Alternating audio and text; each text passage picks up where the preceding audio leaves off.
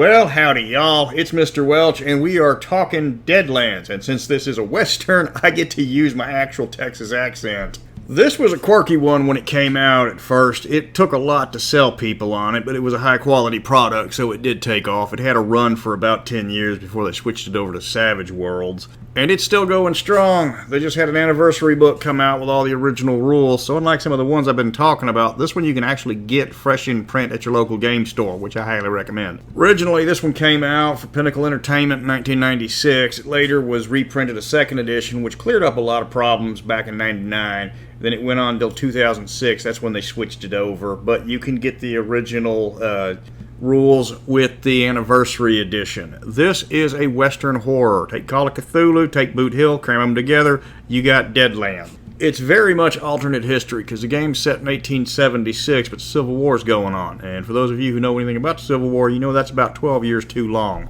Turns out this bad guy by the name of Raven cut a deal with these evil critters called Manitou, and they were supposed to bring back the great Indian tribes, but instead it unleashed up a whole bunch of horrors on the world.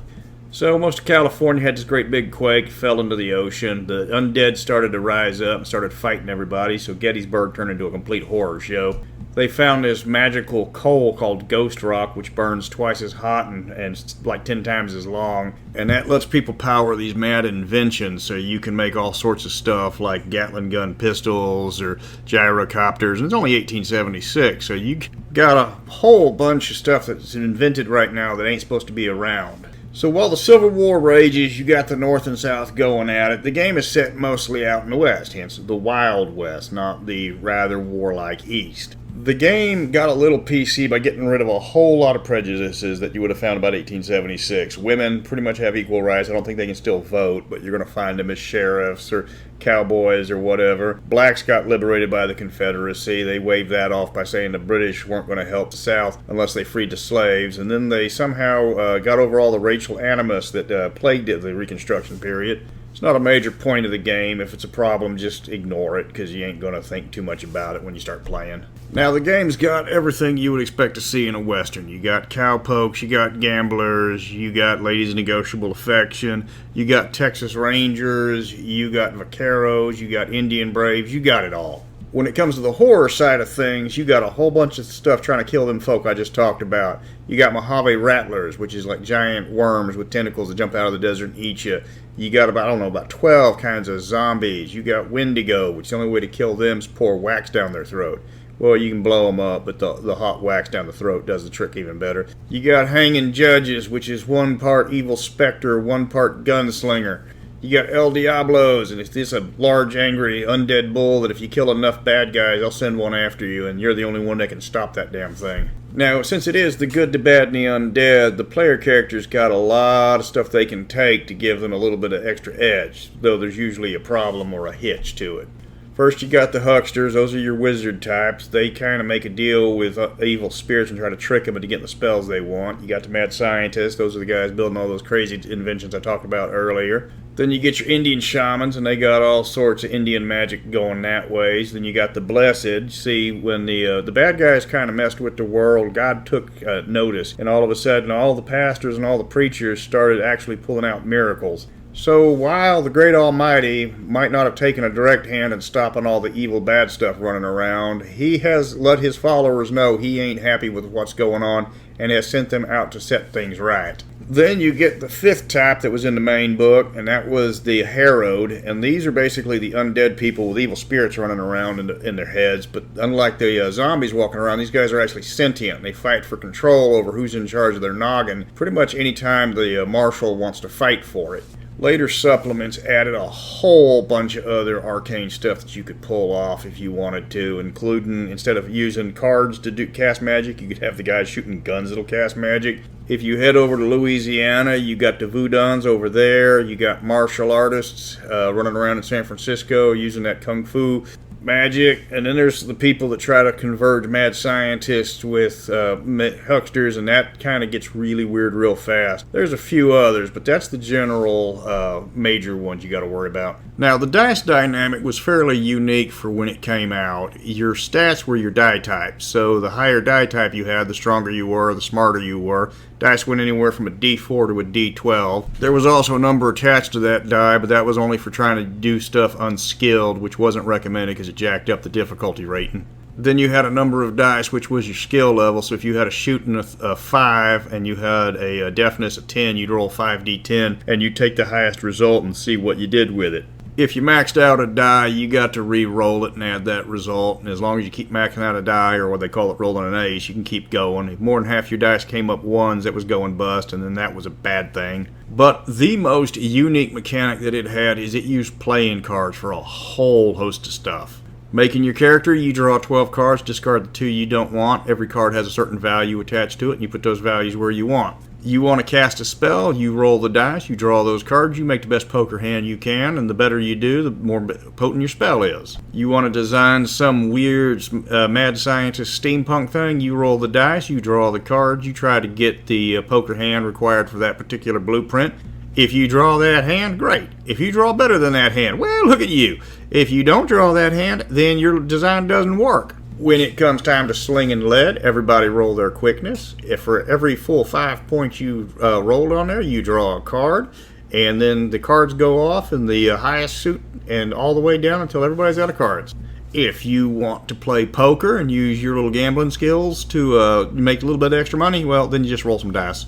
You played with a 54 card deck because you kept both jokers, and the jokers had something special to do with just about everything. Character creation, you draw a joker, you get a D12 for the stat, which is as good as it gets, but then you got to roll on his chart because something weird's about to happen in your life. Maybe it's something fantastic, maybe it's something terrible, but you're going to have to play with it. You cast a spell and you pull a joker, Manitou's going to try to take a chunk out of you, so that's usually a very bad thing. If you're rolling for initiative and you pull the red joker, congratulations, you get to go whenever you want to using that thing. If you pull the black joker, well, that sucks because all your cards go away and you got to reshuffle the deck and put the jokers back in. Other mechanics included the use of poker chips to try to gain experience, but poker chips also let you do things like increase your skill rolls or shrug off wounds, and yeah, you're going to be using a lot of poker chips to shrug off a lot of wounds because this game ain't friendly. In general, if you're dishing or you're taking damage, you got to look at the size of whoever's getting hurt, and usually for humans it's 6. So when you roll them dice, for every 6 points of damage you take a wound. You get 5 wounds and somebody's short a limb. So that's what the poker chips are for. A white chip gets rid of 1 wound, a red chip gets rid of 2 wounds, blue chip gets rid of 3 wounds, and you're going to eat through them poker chips pretty fast, especially if you start messing up with some of the tougher big bads. And then you got all the arcane abilities, and yeah, they all do something nice, but they usually have a drawback. Like all that weird science stuff, every time you use it, you got to roll a die and test against its reliability. And if you fail, something's going to go horribly wrong. It can go anywhere from it just don't work that turn to it falls apart around you. All them God-given gifts you got for playing that preacher boy, you got a list of rules that you have to follow. You better keep the Sabbath sacred or else your powers ain't going to work. If you're running around with an Indian shaman, you got a list of rules too you got to follow. And if you don't follow them, then your Indian spirit guides ain't going to be talking to you that much. And the hucksters are already cutting deals with demons, so if one of their things goes wrong, it usually costs them some blood and flesh there. Now, the Harrowed got it the worst because they already got a demon playing bunkmate inside the back of their skull. And if their demon tries to take over and succeeds, then the marshal gets to take over and he gets to do whatever he wants with your little Harrowed buddy. And your little Harrowed buddy ain't too fond of other people that ain't evil like him. So if you got a Manitou walking around in the back of your skull and he decides to get uppity, yeah, the rest of the party may put a bullet in you. There's a bit more to it than that. You got sand, which is a measure of how far you can go without getting tired. You got grit. Every time you take down a big bad, you get a point of grit, and that adds directly to your fear check. So the more grit you got, the harder it is to spook you. At the end of the game, all your little chits there turn into experience points, and the rarer the chit, the more experience point you get. So that's a bit of a trade-off. You want to try to stay alive, or do you want to try to save that stuff and try to become better with your experience? The game was famous for having a lot of stuff that was trying to kill you, and some of that stuff was not in the realm of things that you could take down. I mean, we're talking about you need artillery fire to drop a kraken. If you ain't got dynamite or something like a cannon, there ain't nothing you guys going to stop a Mojave Rattler, at least one of the big ones. Which brings us to the Texas Rangers. In the 1870s, the Texas Rangers were primarily used, at least in the Civil War, as scouts or free-range police back in the state of Texas. In Deadlands, the Texas Rangers serve as an anti-supernatural task force designed to hunt down evil dead things and kill them again, or if they can, talk them into helping work for the Confederacy to take down other supernatural undead things. Their motto was shoot it or recruit it, because if they could talk the undead abomination into helping them, they would not kill it in exchange for a paycheck. And veteran players who were playing Texas Rangers were more crazy prepared than a Boy Scout who read ahead in the book. It got to the point where we would walk into a scene and there was bodies all over the floor, and the first thing the Ranger would do was shoot every single one of them in the head. I think our posse's motto was head, heart, and run. Because plugging most things right between the eyes would usually put them down. The tougher ones, you'd have to blow out their heart, and after that, if they kept coming, they usually had some sort of special way to kill them, and you'd have to go back and figure out what that was. At least until the Ranger got his hands on some Ghost Steel pistols, and those were 45 caliber handguns made out of carbon steel using ghost rock that would put large holes into small things. A general adventure was usually investigation, where you had to go in, figure out who the big bad was, and go out and kill it. Of course, the way they wrote their adventures, that usually led to the first thing the Ranger did every time he walked into town was throw dynamite down the well, because I swear about half a dozen of those written adventures in the back of their source books, the bad guy was always waiting down at the bottom of that damn well. If you ride into town and dynamite the well and the saloon suddenly screams and dies, just like the previous 5 adventures that you just happened to be on, that's not metagaming, that's the writer being lazy. Now, the game did have some balance issues, especially with the arcane stuff. Harrowed could gain so many special abilities and so many ways to kill people, they could wipe out most bad guys beforehand. And remember, they have a slight chance of going nuts or getting taken over by the bad guy and trying to kill the party. So a lot of people didn't like to play Harrowed in the party. The mad scientists, and to a lesser extent the Indian shamans, had a problem with they were usually tied down to a particular area. For a mad scientist to invent something, he had to take himself out of the game for a set period of time, and some of the more difficult blueprints they were trying to build up could take months of game time, so they had to sit out. And that really didn't sit well with a lot of players. So some posses didn't like you to have a mad scientist because, well, it did tie the party down to a particular area for an awful long period of time and kind of ruined the free spirit roaming around the West's feel that they attracted them to the game in the first place. I mean, people grew up watching The Good, the Bad, and the Ugly, and then Tombstone, or if you want to go to the original source for some of those movies, the Akira Kurosawa, and sitting around waiting for Doc Brown to finish his machine in a couple of months ain't going to cotton with him. Indian shaman tended to have somewhat similar of a problem, but on their defense, their rituals never took like months at a time, just occasionally it took a couple of days. Pinnacle created just an enormously expansive background for this game. They had stuff for going up and down the Mississippi. You had Salt Lake City sourcebook, which they called Junkyard, because that's where all the mad scientists were hanging out. California, you had the Great Maze, because the San Andreas Fault split and most of California slid into the ocean, and there was these jagged pillars with ghost rock all sitting out, and you had to get these boats and go around them. There was a box set all about Nolans, dealing with the voodoo and all that, Baron Samedi and the Agwe and all the rest of them. They put out a whole bunch of modules as well. Some of them were big, full-size ones. Some of them were campaign. Then you had the dime novels, which were the really short and to-the-point modules. Some of them were really good. Some of them were famous. You had a lot of crossovers. If you wanted to cross over with Call of Cthulhu, they had one called Adios Amigo, which made me want to drive up and punch all of them for that pun. Most famous one they had for the dime novels was one called Night Train, which makes the Tomb of Horrors look like a beginner module. Seriously, one Nosferatu is enough to take out a party, and you have to go into a train with about 30 of them. Good luck. There was one module, I think it was called Bloody Old Muddy. I was running that one, and I discovered there's about 8 pages missing. And there was another one, Dead Presidents, also had some pages missing. They wasn't a misprint. They never put them in the book. So that was a problem with the modules, is sometimes the production was pretty subpar. And for you Wild West buffs, yeah, they had a lot of historical types in that one. If you wanted to run with Dodge City, with Wyatt Earp and all them, they were there. You want to rustle cattle with the Clantons down in Tombstone? They're in there. Just about everybody was in there. Jesse James and Billy the Kid got statted out. My great-great-great-great-great-great-great-grandpappy, John Wesley Hardin, is in that book somewhere. Now, Deadlands did go hook, line, and sinker for the CCG craze, and they did kind of divert their game away into that trap late when they put out a whole bunch of books and supplements tied into the card game, and that really just didn't really add much to it. I mean, you got stuff about Gomorrah and other things related to the card game, but you can't release a whole book on Texas. They cover every state in the Confederacy in the Deep South except for Texas. They cover every state in the Union with up north. They even cover Canada and Mexico, but they never did anything on Texas. So the game's got a little bit of quirks here and there. For example, if you wanted to play a schoolmarm who was just crazy as a rattlesnake and also didn't like anybody of a dark skin, but she actually got a bonus to persuasion because putting out gave you an insane persuasion bonus even if you were a crazy racist. They got obsessed with a group called the Watleys late in the release, and that kind of just stole all the focus away from everything else. That was part of the whole card game obsession with that part of the game when they had other stuff they could have been talking about. I really didn't care for that one.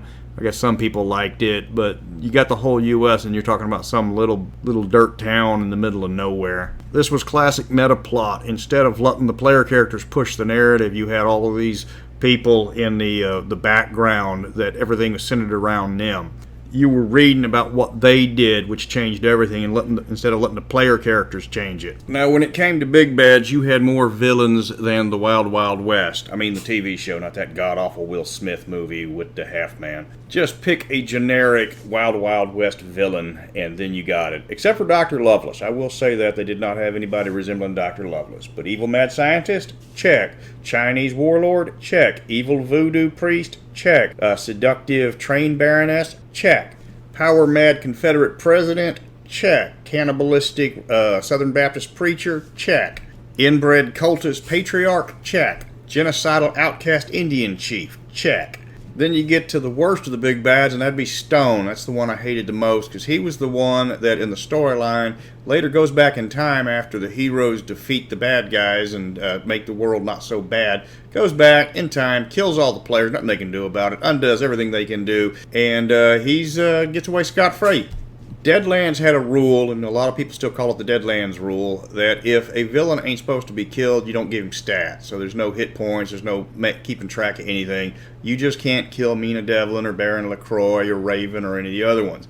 You especially can't kill Stone. So this guy shows up in a lot of adventures, and nothing you can do to hurt him. He is an act of God given physical form, and his only purpose is to make the party mad and stop what they do, because you can't stop him.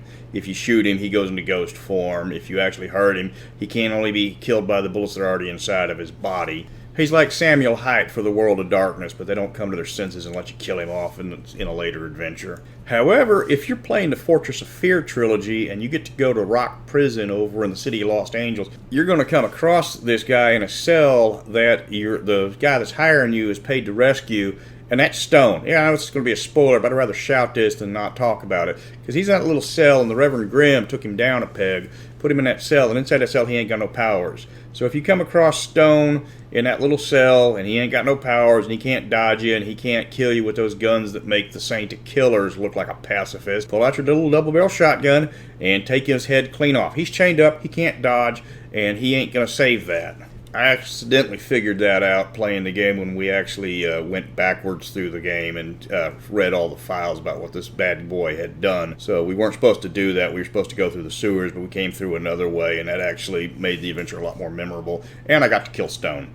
Of course, that immediately causes a temporal paradox, because the guy that hired us to free him was the older version of him. So if we kill his younger version, his older version couldn't have hired us. Still, I killed Stone.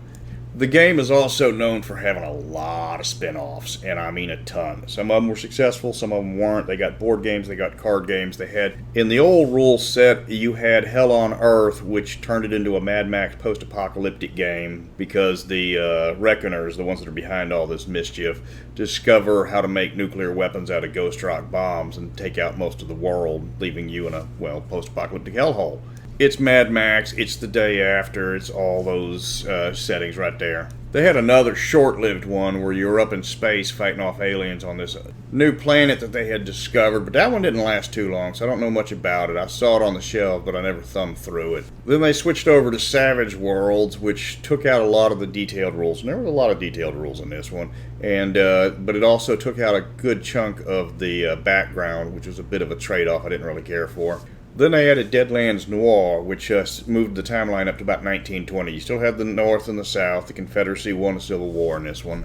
Though it wasn't exactly a civil war. Civil war is when two sides fighting for control of the same government. This was a secessionary war, but we still call it the Civil War, even though it's technically incorrect. So if you're looking for a copy of Deadlands, you can get the 20th anniversary editions. It's still in stores. Getting the rest of the old classic stuff's a little bit tricky. Some of it's cheap, some of it, like Law Dog's, gonna set you back pretty penny. There was a lot of really good books in this series, and collecting them all added to the adventure. The later ones, when they got into Gomorrah and the Watleys and Doomtown, really drug it down because it took the focus off of what the party was and centered it on this one little town that was tied in with the card game. You can probably skip those. And for fun, don't stick with the canon. There's a lot of bad guys in here. Like I listed off about 10 of them. If you want to make one of them not as bad as the story says, go for it. If you want to try to redeem one, go for it. One party we had redeemed Hellstrom by hooking him up. Another one, the marshal had Grimm not be the evil cannibal killer. He was actually a decent priest. It was one of his underlings that was a bad guy. And for the love of God, drop all the DMPCs that are in the background running around doing everything that the party should be doing. That just sticks in my craw when you're sitting there playing and the meta plot gets moved along by NPCs running around doing something which completely screws up the setting for your players. But that's Deadlands in a nutshell. It was a really well-written game, extremely immersive in its writing. It kind of tapered off at the end with the CCG tie-in. But for a while, they were one of the best horror games that came out, and probably still is. If you like rules that cover just about everything, this is the game for you. If you like running around and actually doing historical stuff, this is the game for you. You want to try to change the course of Civil War, here you go. Just remember, don't let the evil bad guy browbeat the party every single time. The end modules kind of took the focus away from hunting down the monster of the day and centered the whole place around one single town. Kind of like when the X-Files got away from the fun episodes to track down their boring meta plot. Remember that the balance of the party can be a little bit tricky. Harrow'd get extremely powerful extremely quickly. Mad Scientists got a lot of downtime for pulling off their shtick. So you can't really mix and match the party just by people picking stuff out of the book at random. And for the love of God, change up the adventure so you don't have the evil monster at the bottom of the well every single adventure. That ain't gonna fly, people. You ride into the abandoned mission where the thing's hunting down the parties. Of course, his evil base, where he's layering, is at the bottom of the well. You go into the town that apparently provides everybody with everything with no means of support. Of course, the heart of the monster that's actually the entire town is at the bottom of the well. You ride into the isolated village, which looks suspiciously like the scene from The Wicker Man, with all the people acting real strange, trying to get real friendly with some of the people. Of course, the heart of the monster that's controlling them all is at the bottom of the well. After a while, dropping dynamite down the well as soon as you enter the town stops being metagaming and starts being standard operating procedure step 1. So that's Deadlands, horror western mashup that got real good for a real long time that kind of petered out. Fell into a few traps about the meta plot and DMPCs and the CCG craze back in the 90s. Overriding your setting so you could try to get some extra money out of that, because the CCG craze also cost a lot of people everything, trying to keep their games running while you're trying to run a CCG at the same time. So I've gone overly long on this one, but I had a lot to talk about because this was one of my favorite games, even up until the end when I saw the writing on the wall. Plus, I don't get to bring my drawl out very often. When people whip out to drawl, foreigners start to think that we're just a bunch of inbred rednecks, you know, dating our sisters, making meth in the backyard. I mean, I come from Houston, not Huffman. Though the minute I leave the Texas borders, I turn the drawl on full blast to let them know what, I can do. Hell, when I was on vacation up in Italy, we visited the Uffizi, one of the most famous art galleries of Renaissance art of all time, and I talked all like this, giving a tour, showing off my knowledge of Renaissance art that I picked up back in high school. Scared the hell out of my daddy with all my knowledge about Botticelli and Da Vinci and how to identify all their art, but I'm just rambling now. So next one up's going to be 7th Sea. It's going to be the original 7th Sea, 2nd edition. First one really actually didn't have much difference between first and second, except for some cleanup. Third one, the one they just kickstarted, wasn't too fond of, but I'll talk about that later. If y'all like these videos, share it with your friends, because I got a lot of games to talk about, and I want to spread the word about what's actually good and actually warn people about what's actually bad, because not all the games out there were A-listers. So until next time, y'all come back now, y'all hear?